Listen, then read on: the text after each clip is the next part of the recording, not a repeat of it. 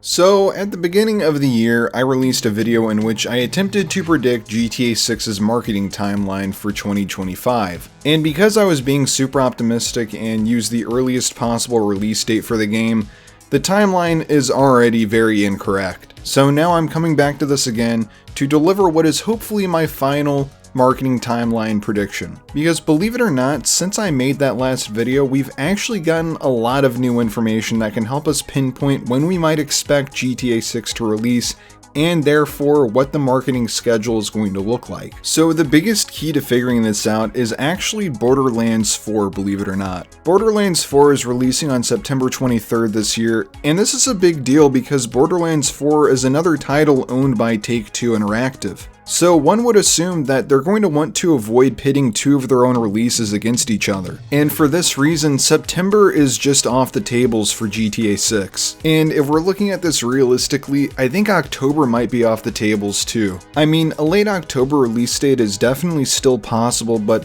something about an early November release date just feels more likely to me. And a November release date is also the latest they could possibly push it if they're still aiming for this fall 2025 release date. Now, earlier in February, Kotaku put out this article where they also attempted to predict the release date for GTA 6, firmly planting their flag on October 28th specifically. And their main contention with it being released in November seems to be that it would clash with Call of Duty, which I find kind of interesting. Sure, Call of Duty is a big seller at this time of the year, but we're talking about Grand Theft Auto 6. In my opinion, GTA 6 will completely smash and obliterate any game in its way, no matter where it releases. It's not going to be Rockstar that steps out of the way of other games, it's going to be the opposite. Other games will move the release date to accommodate for GTA 6. And then on top of that, Call of Duty games have released in October in years prior. I mean, last year they released the Call of Duty game in October, so it's not out of question that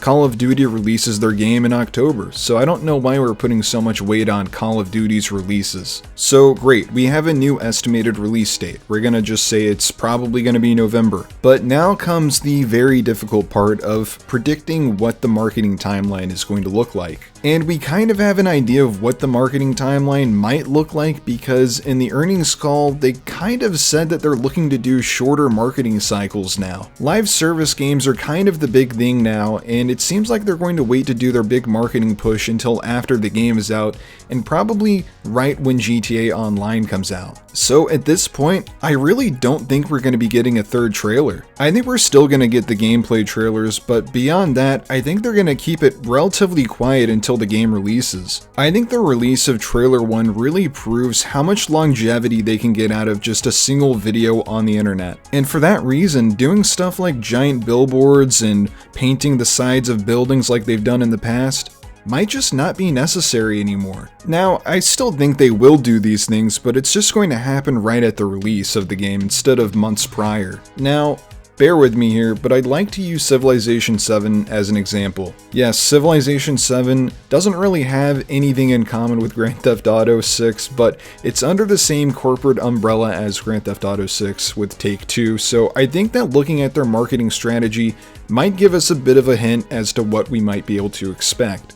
So Civ 7 definitely had marketing before the game's release, but it really ramped up in the weeks leading up to the release, and then as soon as the game released, it seems like the floodgates just kind of opened and you had this billboard in Times Square, and I was exclusively getting ads for Civ 7 when I was on Reddit. So based on this, I don't think it's out of the question that we won't see anything really huge from marketing until a month or two before the release. And once marketing starts picking up for Mafia: The Old Country and Borderlands 4, that's when we'll start to get a better idea of what marketing for GTA 6 is going to look like, because those games are a lot closer to GTA 6 than Civ 7 is. So now we're left with the question of what does a shorter marketing cycle look like for Grand Theft Auto 6? And unfortunately, once again, the next Take-Two earnings call is going to be our main focus here. And that is because this next earnings call is a little special. This is going to be the final earnings call for the current fiscal year, which means they're going to have to give an outlook on what they expect for the next one. And if we take a look at the final earnings call for their fiscal year 2024, that's the one where they announced that Grand Theft Auto 6 had moved from just a calendar 2025 release date to a more specific fall 2025 release date. So we're not expecting Take-Two to announce GTA 6's official release date in the May earnings call, but this is going to be where if there is a delay, they're going to have to tell investors. And I really want to say that it's around this period that we should expect a second trailer, but honestly, they might not even do that. It's very possible that Rockstar stays silent past this earnings call and they just reconfirm that it's a fall 2025 release date in the earnings call. But let's try and stay optimistic here because I think I have a pretty good theory as to what we can expect. Now, I don't have a marketing background, I'm not familiar with what Take-Two might do in this instance, but this is just an idea that might make sense. I think that Take-Two is going to aim to use GTA 6 to make people more excited for Mafia. Now, the Mafia games aren't particularly beloved for their open world, but I think that Mafia is a pretty good substitute for GTA while fans are waiting. So I think for that reason, they're going to try and push Mafia at the same time they're pushing GTA 6. Meaning that whenever Mafia's next big marketing push comes through,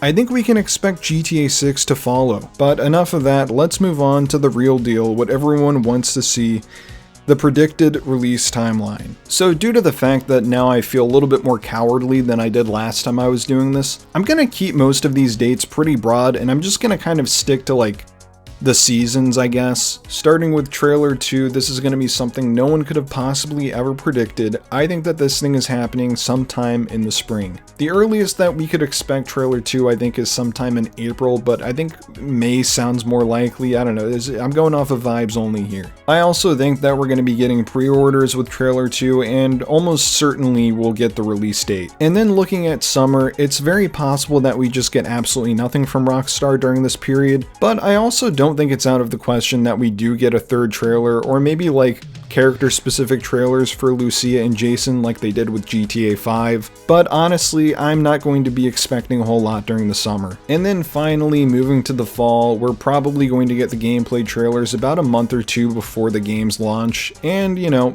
the launch trailer right at launch in November. So this is what it's looking like, and I feel pretty confident about this. And of course, there's always the possibility that the game still gets delayed. Even after we get through the May earnings call and they say that it's still on track for fall 2025, if we don't hear anything from Rockstar, that possibility of a delay is still there. Game development is not easy and things change all the time. The thing that sets Rockstar apart from other game dev studios is that they release games when they're actually finished. So as much as I would hate to see the game get delayed, if it does get delayed, I will at least know that it's for good reason. So there you have it, my new and final GTA 6 marketing timeline prediction. Let me know down in the comments what you think about this prediction. Do you think that it's off? Do you think that it's spot on? You know, I mean, only time will tell, but have at it in the comments section. Until next time, see ya.